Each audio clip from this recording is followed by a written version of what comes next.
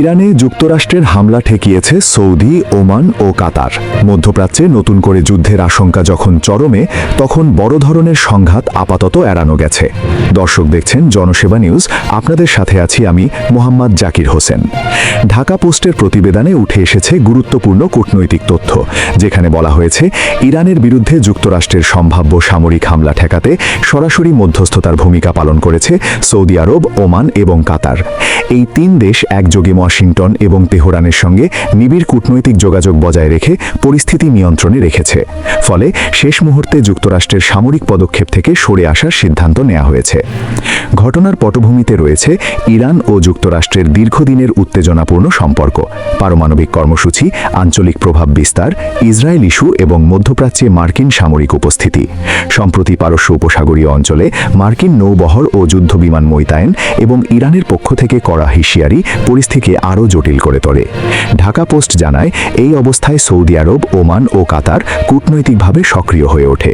তারা বুঝতে পারে যে যুদ্ধ শুরু হলে শুধু ইরান বা যুক্তরাষ্ট্র নয়, পুরো মধ্যপ্রাচ্য ভয়াবহ অস্থিতিশীলতায় পড়বে। বিশেষ করে উপসাগরীয় দেশগুলোর অর্থনীতি, তেল রপ্তানি, নিরাপত্তা এবং আন্তর্জাতিক বাণিজ্য মারাত্মক ক্ষতির মুখে পড়বে। ওমান ঐতিহাসিকভাবে ইরান ও পশ্চিমা বিশ্বের মধ্যে মধ্যস্থতাকারী হিসেবে পরিচিত। আগেও ইরান যুক্তরাষ্ট্রের গোপন আলোচনায় ওমান গুরুত্ব পড়ে লাগিয়ে তেহরান ও ওয়াশিংটনের মধ্যে বার্তা আদান প্রদান করে মাস্কাট। অন্যদিকে কাতার যুক্তরাষ্ট্রের ঘনিষ্ঠ মিত্র হলেও একই সঙ্গে ইরানের সঙ্গে কূটনৈতিক সম্পর্ক বজায় রেখেছে দোহা। একাধিক উচ্চ পর্যায়ের বার্তা পৌঁছে দেয় উভয় পক্ষের কাছে। সৌদি আরবও এই প্রক্রিয়ায় গুরুত্বপূর্ণ ভূমিকা রাখে। যদিও অতীতে ইরানের সঙ্গে সৌদির সম্পর্ক ছিল উত্তেজনাপূর্ণ, তবু সাম্প্রতিক বছরগুলোতে চীনের মধ্যস্থতায় সম্পর্ক পুনঃস্থাপনের পর রিয়াদ আরও সক্রিয় কূটনৈতিক অবস্থান নেয়। ঢাকা পোস্টের প্রতিবেদনে বলা হয়, সৌদি নেতৃত্ব স্পষ্টভাবে যুক্তরাষ্ট্রকে জানিয়ে দেয়, ইরানে হামলা হলে পুরো অঞ্চলে অগ্নিগর্ভ পরিস্থিতি তৈরি হবে, যার দায় শুধু ইরানের ওপর পড়বে না, বরং যুক্তরাষ্ট্র ও তার মিত্রদেরও ভোগাতে হবে। বিশেষ করে ইয়েমেন, লেবানন, ইরাক, সিরিয়া এবং পারস্য উপসাগরীয় নৌপথে উত্তেজনা বাড়বে। এই সতর্ক বার্তাকে গুরুত্বের সঙ্গে বিবেচনা করে যুক্তরাষ্ট্র, পেন্টাগন এবং হোয়াইট হাউসে একাধিক জরুরি বৈঠক অনুষ্ঠিত হয়। ঢাকা পোস্ট জানায়, মধ্যস্থতাকারী দেশগুলো যুক্তরাষ্ট্রকে বোঝাতে সক্ষম হয় যে সামরিক হামলার পরিবর্তে কূটনৈতিক চাপ ও আলোচনা দীর্ঘমেয়াদে বেশি কার্যকর হবে। একই সঙ্গে ইরানকেও কঠোর বার্তা দেওয়া হয়, যাতে তারা এমন কোনো পদক্ষেপ না নেয় যা যুক্তরাষ্ট্র বা ইসরায়েলকে সরাসরি হামলার অজুহাত দিতে পারে। তেহরানও এই বার্তা গুরুত্ব দিয়ে গ্রহণ করে এবং প্রকাশ্যে সামরিক উত্তেজনা কমানোর ইঙ্গিত দেয়।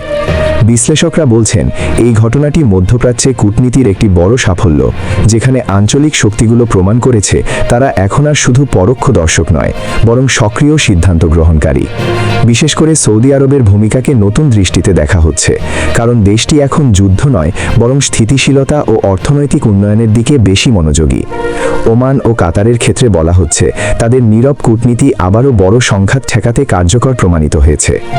ঢাকা পোস্টের প্রতিবেদনে আরও উল্লেখ করা হয়, এই মুহূর্তে যুক্তরাষ্ট্র ও ইরানের মধ্যে সরাসরি কোনো আলোচনা না থাকলেও মধ্যস্থতাকারী দেশগুলোর মাধ্যমে যোগাযোগের একটি চ্যানেল খোলা রয়েছে, যা ভবিষ্যতে বড় সংঘাত এড়ানোর ক্ষেত্রে গুরুত্বপূর্ণ ভূমিকা রাখতে পারে। তবে বিশেষজ্ঞরা সতর্ক করে বলছেন, এই শান্ত অবস্থা খুবই নাজুক, যে কোনো সময় পরিস্থিতি আবার উত্তপ্ত হয়ে উঠতে পারে, কারণ ইরান যুক্তরাষ্ট্র সম্পর্কের মূল সমস্যাগুলো এখনও অমীমাংসিত। পারমাণবিক চুক্তি, নিষেধাজ্ঞা, ইসরায়েল ইস্যু এবং আঞ্চলিক প্রভাব বিস্তার। সব মিলিয়ে বলা যায়, সৌদি আরব, ওমান ও কাতারের সম্মিলিত কূটনৈতিক উদ্যোগ এই মুহূর্তে মধ্যপ্রাচ্যে একটি বড় যুদ্ধের হাত থেকে রক্ষা করেছে। ঢাকা পোস্টের এই প্রতিবেদনে উঠে আসা তথ্য আন্তর্জাতিক রাজনীতিতে আঞ্চলিক কূটনীতির গুরুত্ব আরও একবার স্পষ্ট করে তুলেছে। আগামী দিনগুলোতে এই মধ্যস্থতা কতটা টেকসই হয় সেদিকেই তাকিয়ে রয়েছে পুরো বিশ্ব। দর্শক, দেখছিলেন জনসেবা নিউজ। সবাইকে অসংখ্য ধন্যবাদ শেষ পর্যন্ত সাথে থাকার জন্য। আল্লাহ হাফেজ। আসসালামু আলাইকুম।